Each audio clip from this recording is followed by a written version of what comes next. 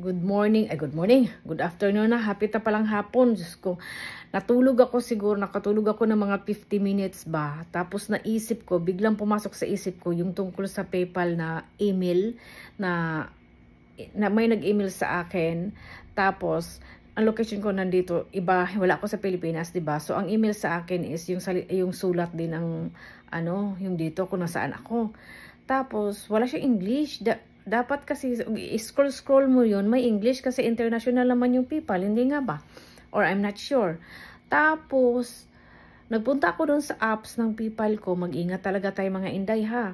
Nagpunta ako doon sa apps ng PayPal ko mga Inday. May notification din siya nakasulat doon na mag-share daw ako ng more info. Tapos kasi until September 13. Last week pa to dumating sa akin eh. Simula nung nagkasweldo ako dito sa FB nang hindi naman siya medyo okay din. Ngayon, nung nakasweldo ako ng pangatlo, saka siya nag-email ng ganun. Samantalang yung matagal na tong PayPal ko eh. Wala naman akong naanuhan ng mga email na malicious na mga email ba.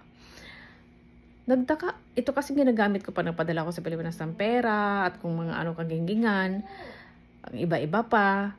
Tapos, nagtaka ako mga day, kasi buti na lang hindi ko kinlik talaga day.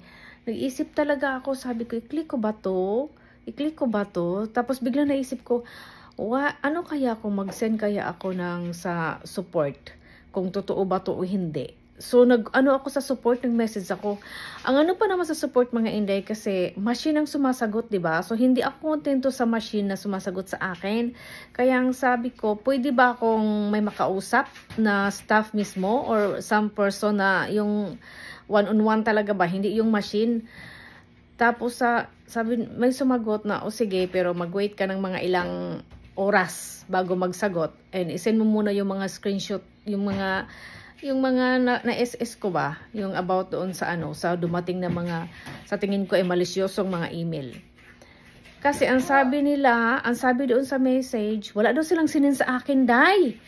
Diyos ko, kaloka, no? May tinanungan na rin kasi akong vlogger na taga rito din sa amin na ang gamit din niya ay ang gamit niya na pang yung transaction sa pagsweldo is yung katulad sa akin. Tinanong ko siya last ata, kagabi, or nakalimutan ko na. Basta tinanong ko lang siya lately, sabi niya, wala naman dumating sa kanyang notification na ganun.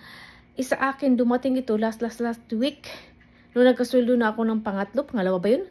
Tapos sabi nga, mag-share daw ako ng more info. And then, more info, para makontinue ko yung paggamit ko sa PayPal until September 13 daw. Kailangan mag-send daw ako ng more info. Kaloka, 'di ba? Parang kaya kayo wag kayong basta-basta mag-click tapos sabihin i-input yung email address nyo, password nyo, ganun. Katulad yung PayPal ang gamit nyo. Meron naman kasi silang customer service na pwede kayo magtanong na kung malisyoso ba to or hindi or tama ba ito. Ang tinanong ko lang doon, gusto kong malaman kung nag-send ba talaga kayo ng notification sa akin na kailangan kong mag-share ng more info about tungkol sa account ko. May problema ba sa account ko? Wala silang masagot na ang sabi lang nila yung nung sinend ko, ganito kasi yung nakasulat na message, sinulat ko, hindi daw malisyoso nga daw siya.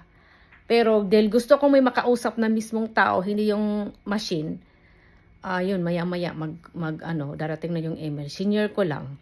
Kasi marami talagang kawatan, no? Bye!